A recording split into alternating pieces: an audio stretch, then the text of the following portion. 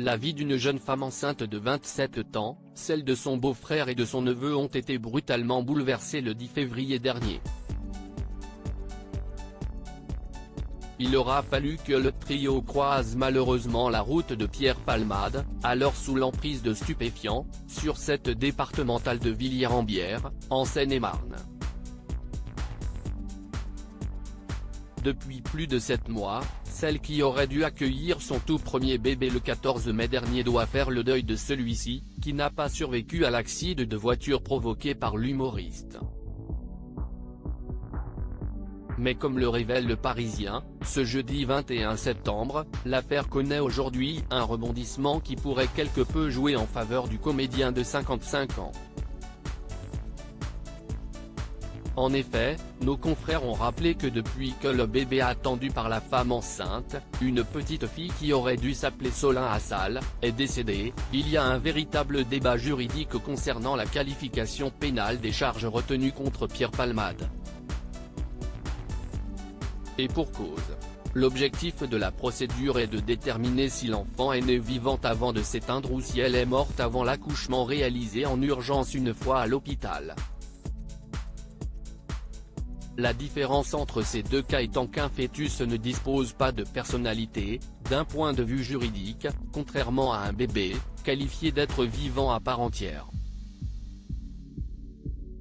Actuellement, le comédien, qui a causé l'accident de la route ayant grièvement blessé les 3 passagers du véhicule percuté, a été mis en examen pour homicide involontaire pour avoir tué le bébé qu'attendait la jeune femme. Mais il semblerait qu'une nouvelle expertise médicale réalisée par 3 experts agréés par la Cour de cassation, un médecin légiste, un pédiatre des hôpitaux et un médecin néonatologue, est transmise à la juge d'instruction le 8 août dernier puisse remettre en question la qualification pénale concernant Pierre Palmade.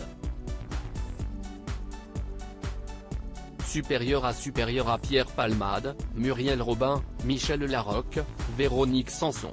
Les femmes de sa vieux humoriste qui pourrait écoper de 5 à 7 ans de prison. Celle-ci précise que l'enfant était viable au moment de la naissance, tout d'abord parce qu'elle est née après de 28 semaines, soit 4 semaines au-delà du seuil de viabilité fixé à 24 semaines, ensuite parce qu'elle avait un poids bien plus important que 500 grammes. De plus, les experts ont assuré que l'état clinique observé chez l'enfant immédiatement après son extraction du corps utérin maternel est clairement et indiscutablement celui d'un état de mort constitué, pas de réactivité motrice, pas de mouvement spontané réflexe de respiration.